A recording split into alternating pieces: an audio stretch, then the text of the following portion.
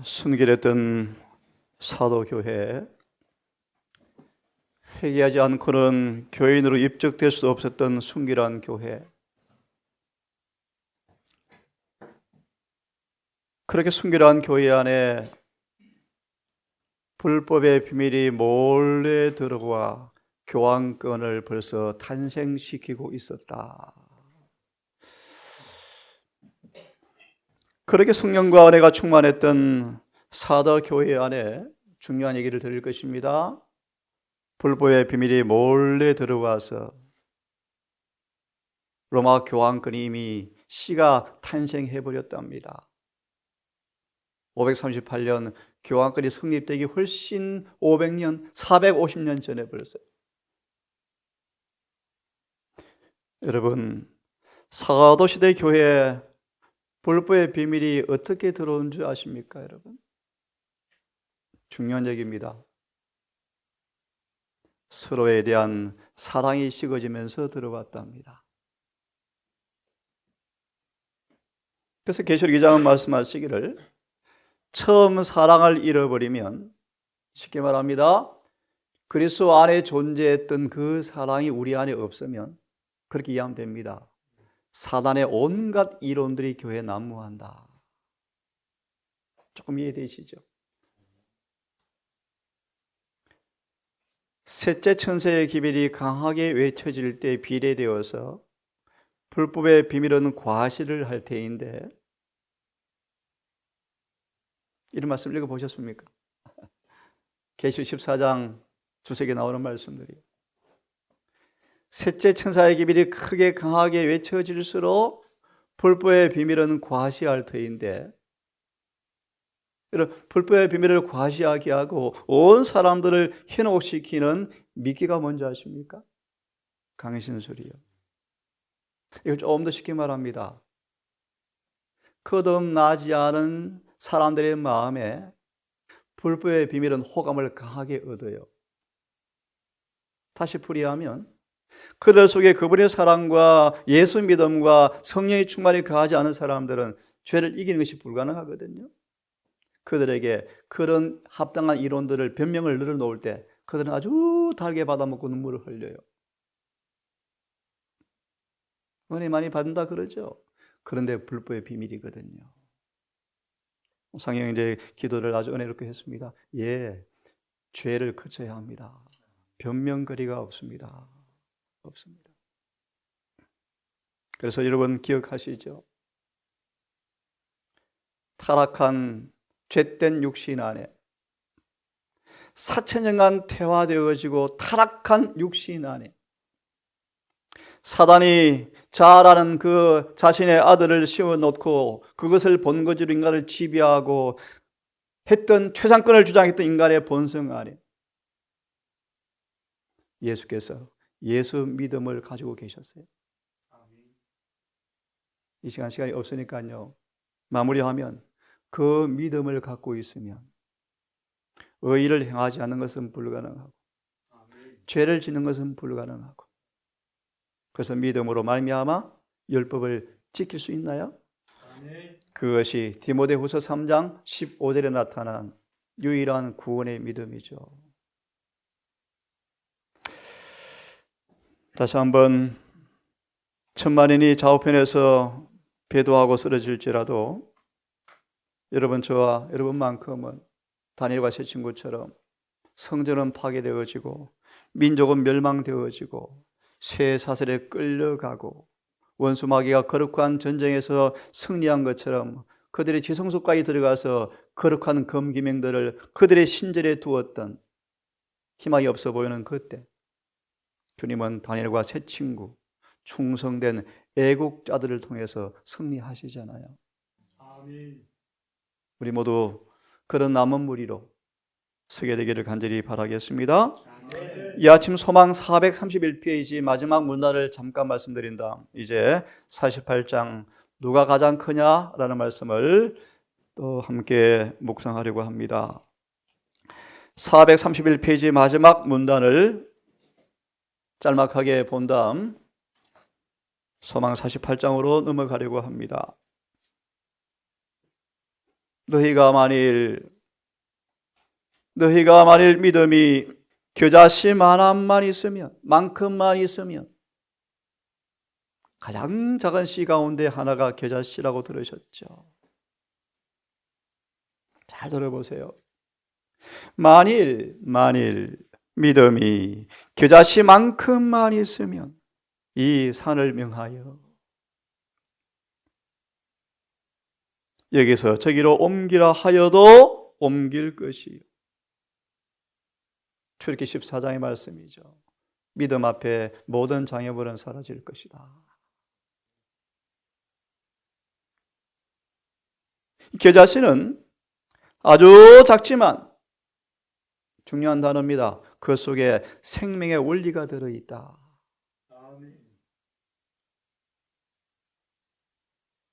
땅에 심으면, 거기에 덮여서 적당한 조건에 심겨지기만 하면 실목연 누룩과 같으니라.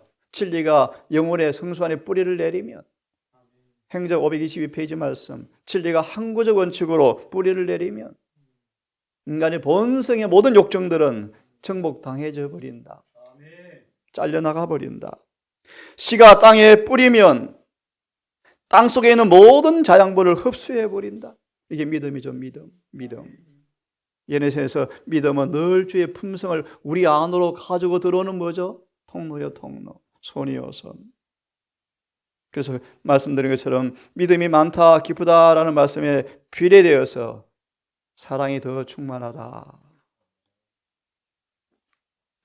그대가 만일 이와 같은 믿음을 가지고 있다면 하나님의 말씀과 하나님께서 지정하신 모든 유용한 섭리에 매달릴 것이다. 마치 씨가 땅에 심겨지면 다 흡수하는 것처럼 예수님 안에 있는 모든 유용성을 다 빨아들일 것이다. 믿음을 활용할 것이다. 그런 말씀이겠죠? 예. 그리함으로써 믿음은 강해질 것이고 하늘의 능력이 그대의 도움이 될 것이다. 그래서 스가랴서 이제 볼 것입니다. 그들에게 불순각이 될 것이며, 그렇죠? 그대의 길에 사단이 쌓아놓은 장애물이, 이 산을 명하여 산이 이걸 가리키죠. 사단이 쌓은 장애물을 가리키죠. 겉보기에는 넘어갈 수 없는 영원한 산같이 보일지라도, 예. 마태복음 5장 48절의 주석의 말씀, 주님은 구속받은 그분의 백성들에게 품성의 완전을 원하신다. 예. 태산 같은 어려움이 있습니다. 불가능하게 보이죠. 예, 태산 같죠. 하지만 보십시오. 믿음의 요구 앞에 사라져 버릴 것이다. 너희가 못할 것이 없느니라. 아멘입니다. 선지자 왕 한 말씀을 좀 보십시다.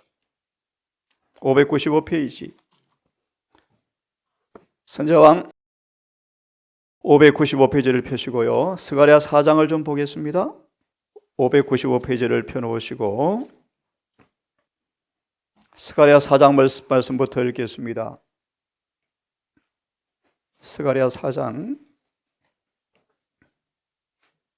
언제 기회 되면 스가랴서 전체를 짤막하게 히브리서처럼 요약해 드리겠습니다. 4장의 말씀 6절과 7절만 먼저 읽어보겠습니다. 함께 읽겠습니까? 잘 아시는 말씀이죠? 스가랴 4장 6절과 7절의 말씀 함께 읽습니다. 시작. 가로되 여호와께서 수르바벨에게 하신 말씀이 이러하니라. 만군의 여호와께서 말씀하시되 이는 힘으로 되지 아니하고 능으로 되지 아니하며 오직 나의 신으로 되느니라. 큰 산아 내가 무엇이냐? 내가 스룹바벨 앞에서 평지가 되리라. 그가 머릿돌을 내어놓을 때 무리가 외치기를 은총이 그에게 있을지어다 하리라 하셨고. 아멘. 또 다른 번역은 은혜가 있을지어다 하셨고. 이 산이 계시록 18장에 보시면 바다에 빠지죠. 영원히 보이지 않죠. 바벨론의 멸망을 상징하죠. 자, 이 말씀을 선지자왕 595페이지 595페이지 마지막 문단 같이 한번 천천히 읽어보면서 47장을 마무리하겠습니다. 때때로 사람들은 찾았습니까? 예, 함께 읽습니다. 시작. 때때로 사람들은 저희가 직면하는 고통과 장애물 앞에서 흔들리는 시험을 받는다. 그러나 그들이 만일 믿음으로 시작한 것을 끝까지 굳게 붙잡는다면 하나님께서 그 길을 깨끗게 하실 것이다. 아멘. 고난을 대적하여 싸울 때 승고는 그들에게 올 것이다. 스룹바벨과 같은 사람이 용감한 정신과 확고부동한 신앙 앞에는 어려움의 큰 산들이 평지가 되겠고 기초를 놓은 그의 손이 또한 그것을 마칠 것이다. 그가 머릿돌을 내어 놓을 때 무리가 외치기를 은총이 그에게 있을지어다. 맞아 있습니다. 인간의 권세와 인간의 능력으로는 하나님의 교회를 세우지도 못하였고 이를 파괴할 수도 없다. 인간의 능력이 반석이 아니고 만세의 반석이신 예수 그리스도 위에 교회가 세워졌으므로 음부의 권세가 이기지 못할 것이다. 아멘. 거기까지만 하겠습니다. 다시 한번 우리 모두에게 이런 하나님의 믿음이 순수한 오물이 없는 이물질이 없는 찢기가 없는 그 믿음이 기자씨 같을지라도 그 믿음이 우리 안에 성령으로 만들어져서 주님 안에 모든 품성을 빨아 흡수해서 큰 나무처럼 자라는 은혜 충만한 경험이 있게 되기를 간절히 바라겠습니다. 이제 아침부터 소망 48장 누가 가장 크냐 한 말씀을 좀 먼저 봉독하겠습니다. 교회정은 5권 74페이지 말씀. 주님의 정신이 지배하는 사람, 그들의 품성과 행동을 그분의 정신이 지배하는 사람들, 이런 사람들은 하늘에 가는 길에 가장 빛나는 자체를 남기는 사람들인데 하늘의 기름 부음 받음 없이 행해지는 가장 유능한 설교보다 이들의 삶을 통하여 하늘 가는 길에 가장 밝은 빛을 비출 것인데 그러면서 이렇게 말합니다. 가장 적게 과시하는 꽃들이 화려하지 않지만 우리 천리양처럼요 꽃이 빛내요. 벌써 적게 과시하는 꽃들이 가장 감미로운 향기를 흩뿌리듯 주님은 가장 겸손한 자를 통하여 그분의 품성을 가장 밝게 드러내시겠다고 말씀하십니다. 그래서 늘 사모하는 말씀인데요, 참 아름다운 말씀이죠. 꽃 향기와 같은 아비가일의 경건은 숨길 수가 없었다.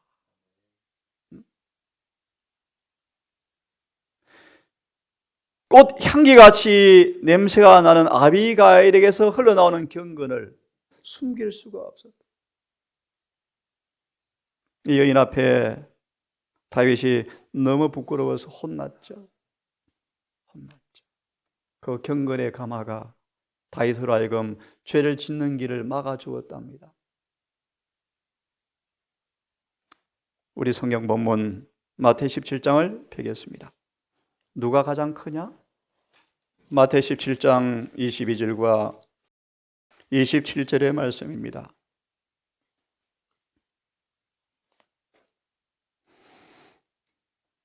예수님께서 다시 한번 자신의 죽음을 예고합니다. 그분의 부활을 이야기합니다. 그들은 여전히 근심합니다. 증언은 말하기를 교만과 질투로 어두워진 그들의 마음은 주님의 사명을 이해할 수가 없었고 그를 동정할 수도 없었다. 여전히요, 여전히. 심히 근심하더라. 그러면서 여기는 생략되었지만 다른 성경으로 삽입시키면요, 어떤 싸움하고 있죠? 18장이요, 18장. 누가 가장 크냐라고 싸우고 있답니다. 서글픈 현실이죠.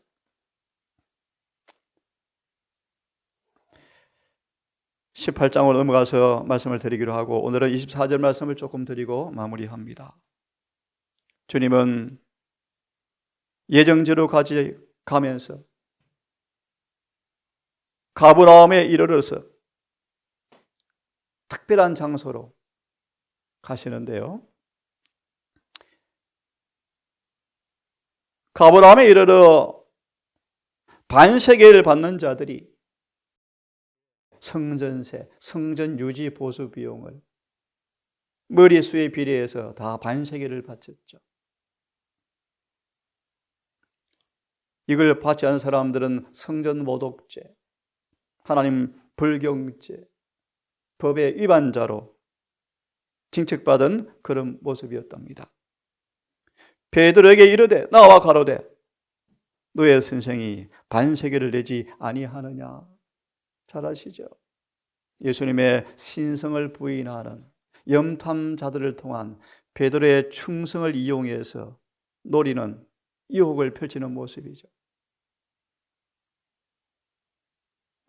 가로되 내신다 하고 집에 들어가니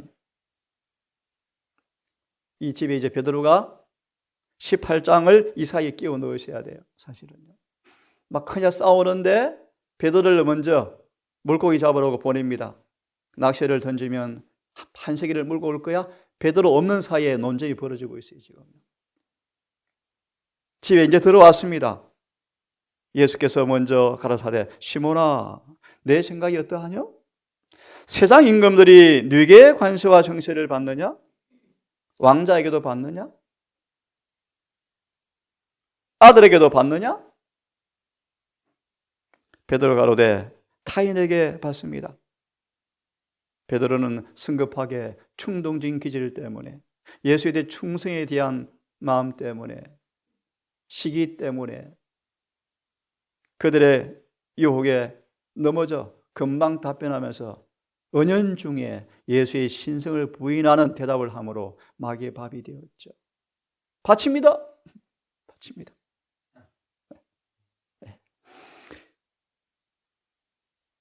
27절. 그러나 우리가 저희로 오해케 하지 않기 위하여 오늘 말씀을 조금 드릴 것입니다. 오해케 하지 않기 위하여 내가 바다에 가서 낚시를 던져 먼저 오르는 고기를 가져 입을 열면 한 세겔로 얻을 것이니. 예수 어떤 분이십니까? 바다의 물고기를 지배하시는 창조주셨다. 창조주셨다. 가져다가 나와 너를 위하여 주라 하시니라. 우리 말씀을 중심으로 조금 말씀을 좀 드리겠습니다.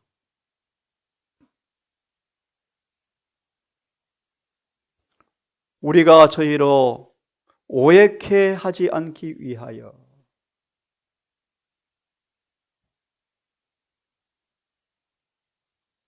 주님의 교훈과 모범을 좀 배워보도록 하겠습니다. 예수님은 당신이 세를 바칠 의무가 없다는 사실을 명백히 하셨습니다. 그 문제에 대해서는 정론하지 않으셨습니다. 왜요? 또 유대인들이 빌미로 예수님을 적대할 것을 알기 때문에. 예수님은 중요한 교훈입니다. 당신이 세를 내지 않음으로써 저들의 분노를 일으키지 않도록 하기 위하여 부당한 요구지만 그 일을 행하신 것이다. 이 교훈은 제 아들에게 크게 가치가 있는 것이었다. 오해를 사지 않기 위해서 한 세계를 가져와서 반쪽에서 함께 내자. 명백히 그들의 요구에 응할 수 없는 것이 분명하지만 오해를 사지 않기 위해서 이를 행하라. 이걸 우리에게 교훈을 주고 있다. 오래지 않아서 성전 봉사에 대한 저희 관계에 현저한 변화가 일어날 것이었으므로. 무슨 뜻인지 아십니까? 성전 봉사가 다 무익하게 될 것이고요. 그건 뭐 할 것입니까? 파괴될 것인데. 파괴될 것인데요. 유지보수해야 합니까? 예. 하지만 주님은 기성질서에 대하여 쓸데없이 적대적 입장을 취하지 말라고 그들에게 가르치셨다. 저도 이 일에 늘 고민이고 하려고 애를 씁니다. 가능한 그들은 그들의 믿음을 오해할 기회를 제공하는 것을 피해야 할 것이었다. 그런데 반대 말씀도 있습니다. 그리스도인들은 진리의 한 가지 원칙이라도 희생시켜서는 안 되지만 어느 때든지 할 수만 있으면 논쟁은 피해야 한다. 주님의 교훈과 모범입니다. 저도 이걸 늘 명심하고 교회 관계 속에서 하려고 나름 애를 쓰고 있습니다. 예수님께서 오셨습니다. 그분이 세우신 택하신 성전과 유대교회에 오셨습니다. 근데 교인들을 보니까 점점 보니까 너무 많은 규칙과 성경과 언제나 충돌되는 가운데서 혼돈스러운 것을 늘 보았죠. 심지어 마리와 요셉까지라도 서기관들과 예수님 사이에서 때때로 혼란스러웠다. 그죠? 아들 예수야, 좀 안 그러면 안 되겠니? 그들도 혼란스러웠어요. 사람들은 말씀에서 떠나서 그들 자신이 만든 이론을 높였다. 행전 20장의 말씀. 다량의 오류들을 교회 안으로 도입할 것이다. 재림교회 안으로 사단 마귀가. 하지만 이런 이론들은 아무 가치도 없는데 유전적 의식을 여전히 교인들은 뭐 하고 있었다? 지키고 있더라. 그들의 예배는 한낱 의식의 반복에 불과했다. 그 예배가 가르치고자 의도한 거룩한 진리는, 여러분, 예배는 뭘 가르칩니까? 예배. 아마 누구를 가르칩니까? 다 예수님을 가르쳤죠. 이사야 1장의 말씀, 스가랴 말라기 1장의 말씀, 그들의 예배가 마치 배우처럼 양 죽이고 또 죽이고 반복되고 있죠. 그래서 내일 다니엘서를 총론할 것입니다. 주님이 예배를 성전문을 닫아버리셨다. 몇 년 동안요? 70년 동안. 그게 1장 1절 2절의 말씀이에요. 이 문 닫는 일이 다니엘서에 4번 반복되는데 곧 재림교회도 문 닫습니다. 그 일요일 휴업령이요. 곧 닫아요? 그때 여러분 이것도 없습니다. 이것도 곧 빼앗길 거예요. 그때는 홀로 서야 할 것입니다. 홀로. 그런 때가 반드시 옵니다. 예배가 가르치고자 하는 의도는 거룩한 진리는 예배자들에게 숨겨지고 말았다. 의인은 상품처럼 팔렸죠. 들어보셨습니까? 의가 상품처럼 매매가 되었답니다. 무슨 뜻인지 아십니까?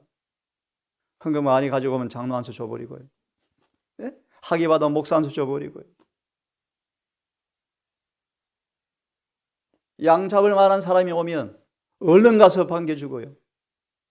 하늘 냅돈도 못 낼 교인이 오면요, 저 어디 앉아라 그러고요. 의가 상품화되었답니다. 의가 상품화되었다.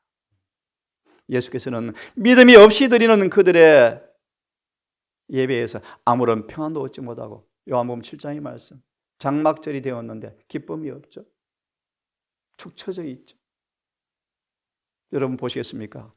진리 안에서 하나님을 섬기면 심령의 자유가 올 텐데. 요한복음 8장 32절의 말씀. 진리를 알지니 진리가 너희를 자유케 하리라. 예배를 드리면 뭐가 와야 합니까?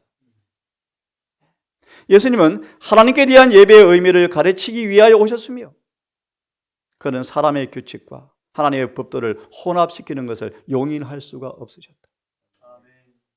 학자들의 교훈과 행습을 공격하지는 않으셨습니다. 하지만 당신의 단순한 습관에 대하여 견책을 받으면 그는 자신의 행동의 정당성을 그들에게 성경을 펴서 제시하셨다.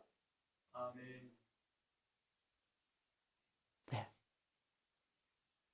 한 말씀만 보고 오늘은 마칩시다.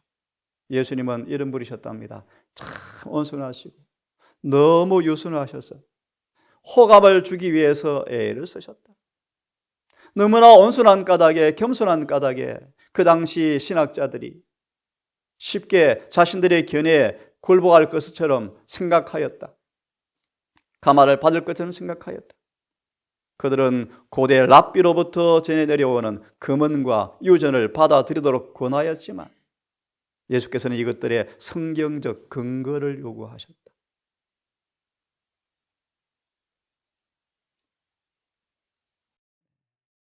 슬프고 안타까운 사실이지만 불법의 비밀이 엄청 깊이 들어와서 추리를 틀고 앉아 있어요. 버가모 교회 사장에게 편지하기를 나는 내가 어디에 있는지를 아는 자라. 내 곳은 사단의 위가 있는 데라. 그곳에서 내 중생된 종 안디바가 죽임을 당하였도다. 무슨 뜻인지 아십니까?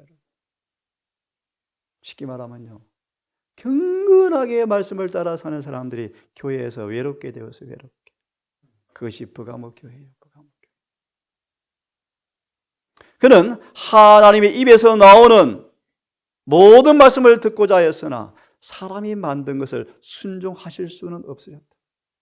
고집이 셉니까? 예수께서는 성경을 처음부터 끝까지 아시는 듯 하였으며 성경의 참 뜻을 그들에게 드러내셨다. 랍비들은 어린아이에게서 가르침받는 것을 수치스럽게 여겼다. 랍비들은 성경을 해석하는 일은 저희의 직분이니 그들의 해석을 받아들이는 것이 마땅하다고 주장하였다. 그들은 예수께서 그들의 말에 반대되는 입장에 서는 것을 보고 분개하였다. 내일 이어서 계속하겠습니다. 예, 할 수 있는 대로 우리는 분쟁을 피해야 합니다. 기성 질서와 충돌되어져 말아야 합니다. 온화하고 유순한 태도로 늘 모범적 모습으로 우리는 교회 관계를 하셔야 합니다. 하지만 우리 주님 모범을 보십시오. 기도합시다. 아버지, 느헤미야 9장은 인습과 세습의 충돌을 말씀한 교훈을 우리에게 경고합니다. 오늘 우리의 삶의 이 동산에, 이 교회, 오직 성경 정언에 기초한 이론과 삶만의 행동만이 있게 되기를 소망합니다. 이 동산 진리가 지배하고 성령이 통치하는 곳 되기를 소망합니다. 우리 모든 삶의 본거지에 자아가 퇴위되어지고 은혜가 좌정하는 그 은혜가 충만한 동산교회 되기를 소망합니다. 아버지시여 우리를 도우사 전에 없는 열심으로 회개하게 하시고 죄 사함 받은 그 자리에 성의 노을한 향기가 담뿍 채워지므로 우리의 삶의 모든 행동 거지에 주님의 소유했던 정신과 품성이 드러나는 향기가 드러날 수 있는 삶이 되게 해 주시옵소서. 오 자비하신 아버지, 반드시 속히 때가 올 것이고 주님 속히 재림하실 것을 믿습니다. 주여 우리를 도우사 이 일을 성공적으로 준비하게 하시고 이 작은 미천한 저희를 통하여 이 동산교회를 통하여 진리가 삶으로 보존되어지고 입술로 온유 안에서 증거되어지는 삶 되게 하셔서 너 준비의 마지막 큰 외침이 있을 때 우리 모두 그 놀라운 기쁘심에 참여하여 승천하는 백성 되게 해 주시옵소서. 오늘 한 날도 우리 걸음을 성령님 붙들어 주셔서 미끄러지지 않게 하시고 넘어지지 않게 하시고 이기고 이기는 자가 되게 하셔서 주의 성호를 높이게 하시고 마귀의 패배를 찬송으로 보게 도와 주시옵소서. 예수님 이름으로 기도드리옵나이다. 아멘.